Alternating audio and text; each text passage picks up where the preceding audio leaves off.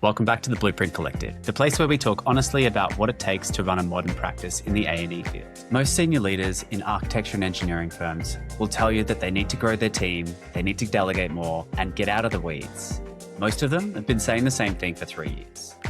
Today's guest, Josh Stone, was an engineer who became a director at 25 and helped grow the consultancy from 3 million to 30 million. So in this episode, we get into what it actually looks like when a principal or director becomes the bottleneck in their business, not just in the design and delivery, but in client relationships, decision-making, and team confidence. We talk about what it costs commercially, why smart people stay stuck, and what it practically takes to change. I'm Scott Bampton. This is the Blueprint Collective. Josh, welcome to the Blueprint Collective. You started out as an engineer, right? And now you coach architects and engineers. Can you tell me the story of how you ended up doing what you're doing today? Yeah, let's do it.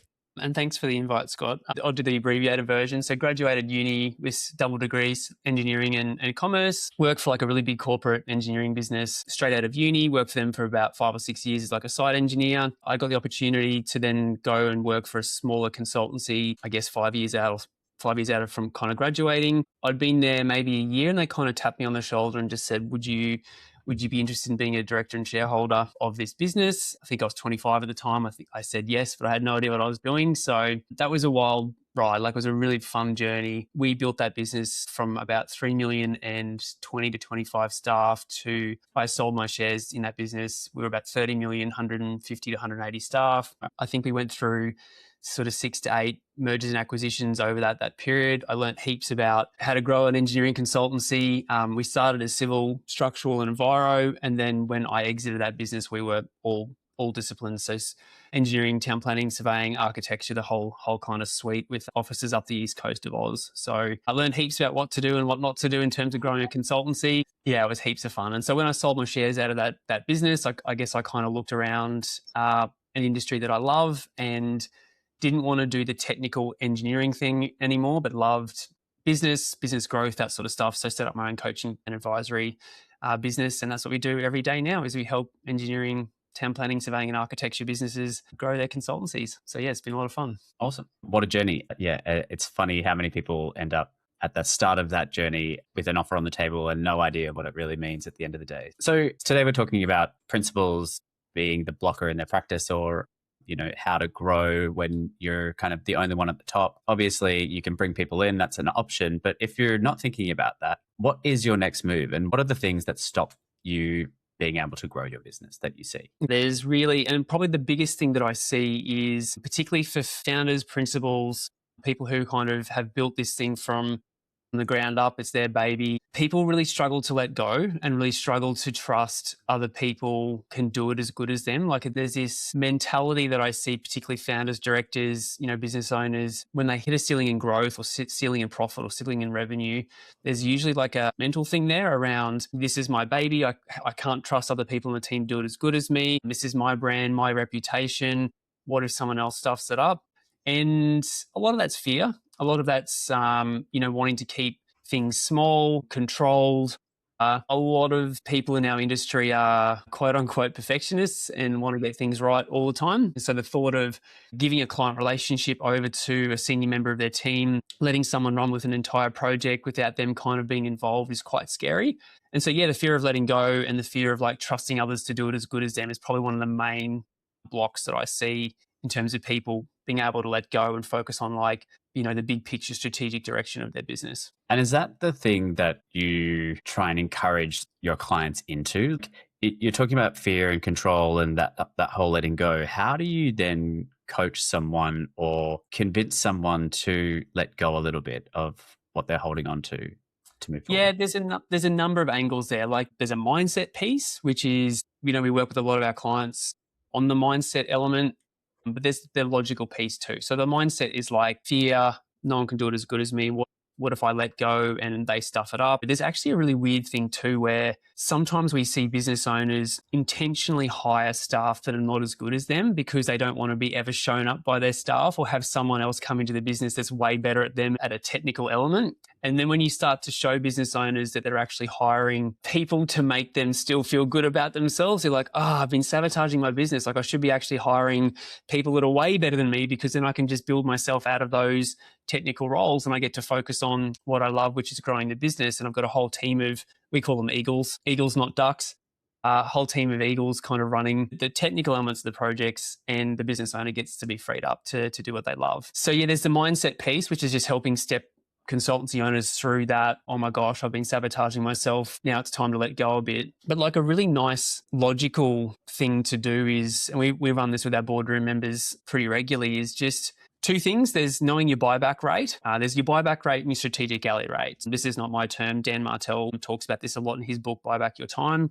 Your buyback rate is simply your yearly salary divided by, I think it's 2,000, which is, I think, 48 weeks and 40 hours a week. I think that math roughly works out. And you get a buyback rate, which is anything less than that, you should be really looking to get other people to help support you in the business. So if your buyback rate's $100 an hour or $100 or $80 an hour, anything less than that, someone else should be helping do that for you in the business, freeing you up as the founder or the owner to focus on, higher value tasks in the business. And then the other thing is your strategic alley rate, which is essentially the profit in your business divided by how many hours a week you spend on big picture. And again, that just gives you a bit of a feel for, when you know those two numbers, really logically, you can start to go, what's a good use of my time versus what should I be getting some help with in the business? Yeah, absolutely. I've seen a lot of kind of founders and principals get so stuck in the work that they really can't take that step back to look at the business strategically.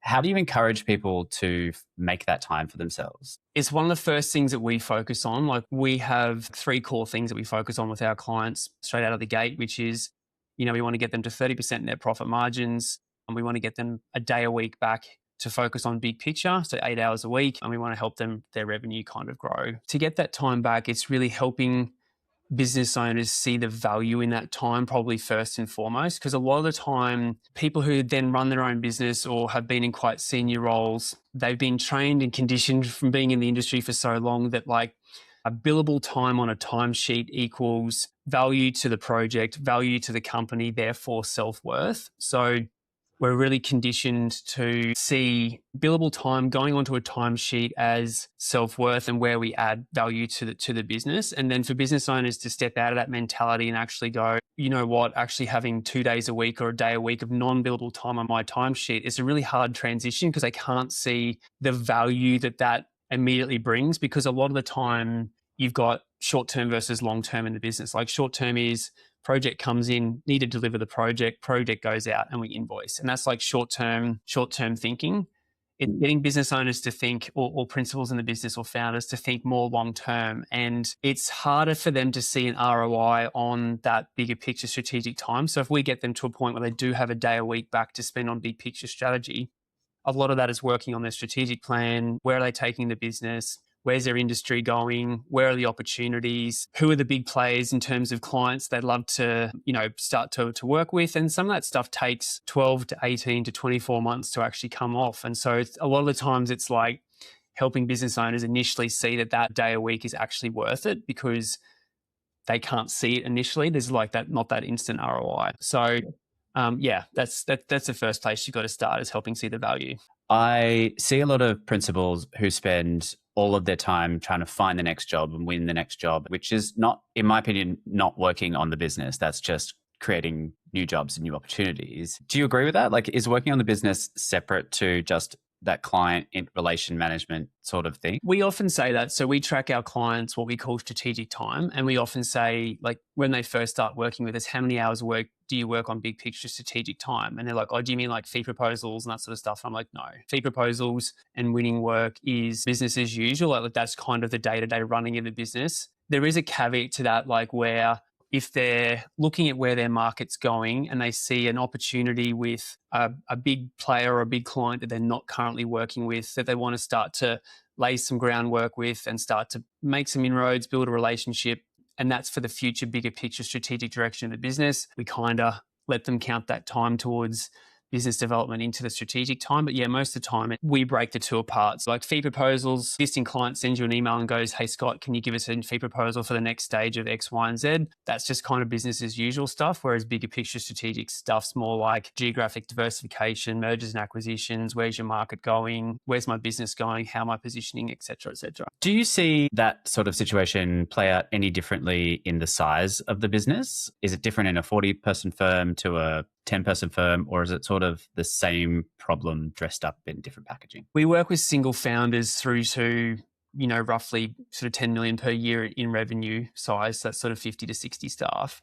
There is a very real period where you're first starting out where everything is on you and the founder is wearing all the hats, marketing, BD, HR, everything. You get to a point where you've got team around you who can do stuff where it allows you to free you up to do more big picture things. There is a very real phase where you're single founder, you have to do everything. Like that's just the reality. And every big business started as a single founder. So like we constantly remind our single business founders that every big business started where you are now. Yes, it's hard. And it's hard the whole way through. It's just a different kind of hard. As quickly as possible, we encourage our single owner founders to get admin support into the business. So whether that's like a virtual assistant or some admin support to just free up a lot of that day to day that they do. And it's just this constant like buying back your time. Speaking of team, like you obviously have people working with you who are highly intelligent and often very aware what's happening in practice. How can you, as a founder, delegate that responsibility to others to kind of free up your time? Yeah, I mean, it's all a process, right? Again, this is the mindset shift. Most founders like, no one can do it as good as me. It's all in my head. It's just quicker if I do it. It's too hard if I train someone else to do it. And that's all just like baloney. It's all limiting beliefs. Again, every 60-person business started as a single founder or a 6-person business. So it's just recognizing and working out and extracting from your own head. And this is where like we froth over systems and processes and just at the backbone of any good business, because we've got this saying in boardroom, 80% done by someone else is better than 100% done by me. So it's like going through a process and recognizing that, hey, maybe you're a 6-person or 8-person consultancy. You've got a couple of good senior people in the business and you want to start to train them in terms of how to take over fee proposals. It's about going down a path with them and going, okay, well, what's in my head? How do I write fee proposals? We encourage all our clients to do like screen recordings of them doing a fee proposal, but it's like looking for ways to get the stuff out of your head into a system or process. And then it's just training that person. So you might get that person to go, hey, Scott, here's a new fee proposals come in.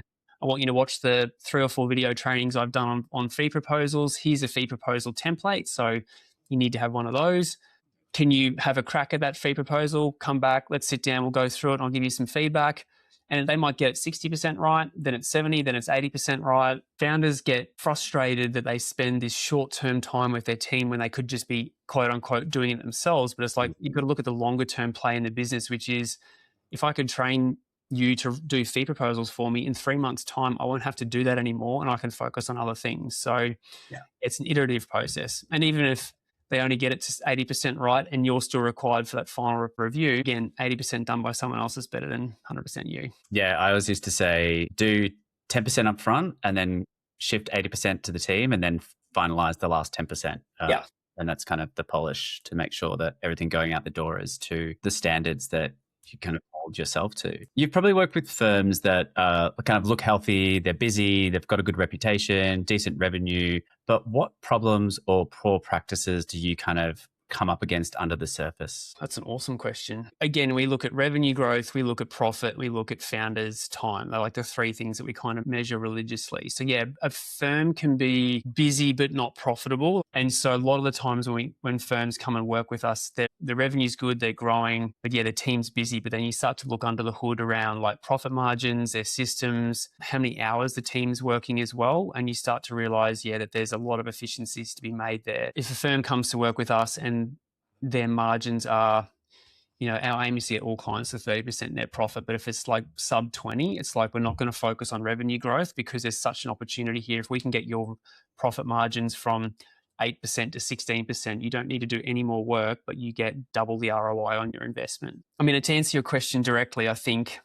systems and processes is a big one. A lot of firms don't have again, this is Dan Martell's terminology, but their business playbook, like how they want their business to run, the systems and processes and the core operating procedures that sit behind that. Because a lot of the times it's just been the founder going, oh, we'll just grab that fee proposal from the last project that we did and kind of tweak it and change it. She'll be right, send it out. So there's no processes. I'll just grab that from the last project. And that's kind of how they built their business. Do you think there is a gap in people's financial understanding and like understanding how a business financially operates and what they should be targeting for? Do you run up against that issue? Totally. We, as quickly as possible, try and get our clients quite commercially astute in terms of just knowing the big numbers in their business that they need to keep an eye on. One of the questions that we'll ask our clients is, okay, well, what's your net profit at the moment? Sometimes they don't know what net profit is. Sometimes they give us gross profit. There's a lot of commercial acumen that sometimes we need to teach our members. I paid a CFO of a 600-person consultancy to just create, I think it's a 10-page spreadsheet of just like, here are the 10 things that if you track regularly in your business, you'll be absolutely golden. Some of our clients give that spreadsheet to their accountant or their bookkeeper and go, can you start tracking my stuff like this? Because sometimes, business owners just want to do the cool project stuff. They started their business to do the cool project stuff, but what comes with running a business is all the other boring stuff, which is knowing your numbers and having to do all the things that you maybe sometimes don't want to do. So if we can simplify it and get our clients regularly tracking their numbers, just keeps their finger on the pulse in the business. Absolutely. Yeah, I've run into that issue a fair few times. And it's just one of those things that we don't get taught at architecture school or engineering school. Like you get taught how to be an engineer and an architect, not a businessman. There's always that interesting transition between those two things. We were talking about trust just before. You just brought it up again. I've seen a lot of times where founders have kind of given trust and then taken it back because it wasn't perfect or it wasn't to their expectation. How do you guide founders and principals through that kind of process of letting go a little bit more and like building trust with their teams? Yeah, that's an awesome question. I think it starts with the hiring process. So making sure that you're hiring really good people who want to come into your business and learn, be part of the growth of the business. Like sometimes you'll hire people that are just like, I just want to kind of do my job. I expect everything to kind of be given to me and I'm not interested in helping the business kind of progress. For a lot of small to medium-sized business owners, that's the wrong hire. Like you want a good cultural fit, someone that's open, curious, willing to learn and willing to help evolve systems and processes with you as the business grows. So we encourage lots of our clients to do fortnightly or monthly, we call them business improvement sessions, where it's literally like the whole team gets together for an hour, 2 hours, half a day, whatever you want to do as a business and go,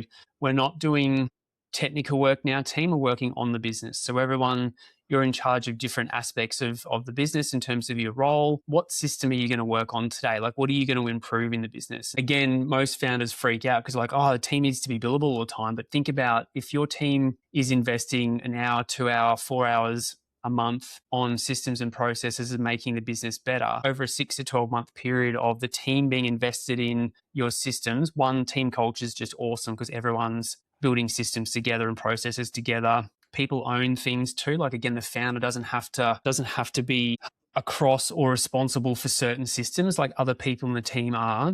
And the business just grows so much quicker because of that. I guess to answer your question, it's bringing people along for the journey and the ride. And then just being open and curious as a founder to go, my way is not the only way, and just letting other people take ownership over stuff. I think the business improvement sessions is a great idea. Do you encourage your clients to bring everyone into those? I can imagine me pitching this to a principal and then being like, it's only senior staff. Like, do you think it's good to get everybody involved? I think if you've got a 180-person firm, probably not everyone, but like in our business, we have everyone, and lots of our clients' businesses who is 10, 15, 20 people, it is everyone because everyone is responsible. We run a fully remote business. We get together on Zoom. So we even do this for our business. We get together on Zoom once a fortnight and we do little breakout rooms where, sales team will go this way. They'll work on their systems and processes. The coaching team will go this way and work on their processes. So I think the more the better. Because again, if you think from a cultural point of view, people getting left out of that kind of does more damage than including them for a 2-hour session on systems and processes. And I think there's so many different ways you can go about kind of running those sorts of sessions. We just did one at Total Synergy where we were thinking about like, how is AI going to impact how we work internally? And it was so fun because you get to understand a little bit about things that you don't do. You get to meet some new people that you may not have worked with before. I'm a big advocate for that one. Yeah. Such a fun idea. What do you do if you're an associate or senior associate and you see your director kind of be that bottleneck? How do you kind of approach that conversation or provide them with support to then allow them or encourage them to, let go a little bit? Oh man, that's loaded. Sorry. No, I think it depends on the founder and whether they're open to receiving that. I just think sometimes honesty is the best policy, which is, hey boss, or hey Mr. and Mrs. Founder, I can see that you're really overwhelmed. I've got some capacity. I'd love to help you. If they're open to receiving that sort of stuff, I think you should go for it in terms of just like having the conversation. I'd love to help free up some of your time. I can see you're really still working on a lot of project stuff. I'd love to take this project over from you because, I don't know, last time you talked at the strategic planning update meeting, you got really excited about the things that you were going to focus on. And I could see you haven't really got to that. So just as long as they're open to it, go for it. If someone's listening and kind of recognizing themselves as that person in their firm, the blocker, what do you recommend people do first? Like, what's step one? If they have just developed awareness that they are the bottleneck in the business, we encourage our boardroom clients to do this on a weekly, fortnightly, monthly basis, but it's like a weekend review, right? Sometimes our clients do this daily, but it's like, what did I do this week? And you just break it down into all the things that I did this week. And then it's having an awareness of, we call it high value time, low value time. So like, what's the highest dollar value activities that I bring to the business? What's low value activities for me? So for founders and sort of senior people, it's like strategic direction, it's business development, client relationships, it's leading the team, that sort of thing. If you're doing that on a weekly basis, it's just like literally you do a brain dump of all the stuff that you've done this week, like red highlighter, green highlighter, and you just literally highlight green, the stuff that is high value time for you. Orange is the low value time. And you just get a very clear, unemotional snapshot of your week and go, damn, I'm actually spending a heap of time here on low value stuff for me. And then what we encourage our clients to do is just go, who else on the team could help me with this, and make a plan to start to delegate that. Or does all of this form like a PD for a new hire in the business? Maybe it's an executive assistant, maybe it's an admin role, maybe it's a new project engineer or something like that. But I think if you've just developed that awareness that, crap, I am the bottleneck, just doing that weekend review or that kind of regular, where am I spending my time? What's high value? What's low value? How do I get my weeks to at least 80% high value work and 20% low value work? And then what's my plan to do that is a really good way to start. That's such a good idea. Just like having your calendar there and kind of highlighting what you've done and what you can hand off. Yeah, that really just opens up the floodgates of, do we need more people or a specific person? Or can I actually delegate some of this to the team and actually help them to develop and things along those lines? And like now in the world of AI, it's like, what could I build an agent? Can I build a workflow for that to help support me? Maybe it's not a hire. Maybe it's using, particularly if it's like process driven or admin. Can I build something AI to support me with this? Absolutely. I've been playing around with that a lot at the moment. Just been like, where could I use AI in practice? Yeah, we've just started running a bunch of sessions for our clients because there's so much overwhelm out there at the moment around like things are moving so quick. Which platform do I use for this? And we've just gone for our clients, let's just take all the overwhelm out. Every fortnight we're running new sessions. We built some apps with everyone last week, which was cool and heaps of fun. And everyone walked away after an hour with a whole bunch of apps built for their business. So like, yeah, there's a lot going on. Do you think that there is an appetite for it, or are people more apprehensive about AI? I addressed this with our first All Things AI session. I think you've got to look at the agenda that's been pushed and who is pushing. Like certainly AI is here. It's only going to get better, more powerful. The reality for our industry is someone doing basic structural design or analysis of a building or what have you, that'll be done by an agent or AI in probably 3 years. So you've got to know where this thing's heading and start to pivot your business or build the right foundations in your business to prepare for that. So I don't think it's going away. And I think we do need to be prepared and being smart now. But I can't stand all the marketing that's out there at the moment around, if you don't adopt AI, your business is going to be dead. And like there's lots of people saying by the end of 2026, if you don't have AI in your business, you'll be bankrupt. Then you look at who they actually are. And they're like people who are promoting, we've just built a new AI bot to do X, Y, and Z. So they're using fear, and it's really working. They're using fear to kind of sell their product. When I think, and this is what we've adopted for our boardroom members, is just, we're okay. Yes, AI is here. Let's just understand what's required for your business. How can we build a layer of AI into it to help you get the right foundations in place? And let's just stay across it as it kind of grows. So yeah, there's a lot to it.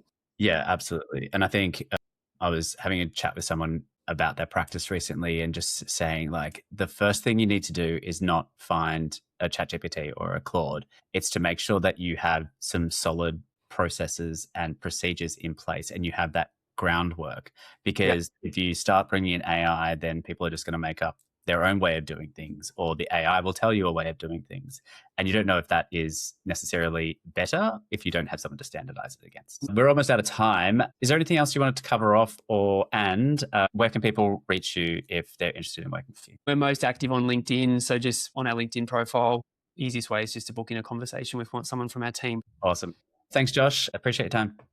You too, dude. Talk to you soon. What I really took from this one is how simple a lot of this actually is, but how hard it is to do in practice. Knowing your numbers, buying back your time, building people and systems instead of holding everything together yourself. If you're listening and you recognize yourself in any of this, Josh's suggestion is simple. Do that calendar audit this week. Highlight what's high value, highlight what isn't, and ask yourself honestly, who else could do this? You can find Josh and his team at Ignite Coaching, and we'll link everything in the show notes below. If you found this useful, share it and subscribe to the podcast. We'll see you next time.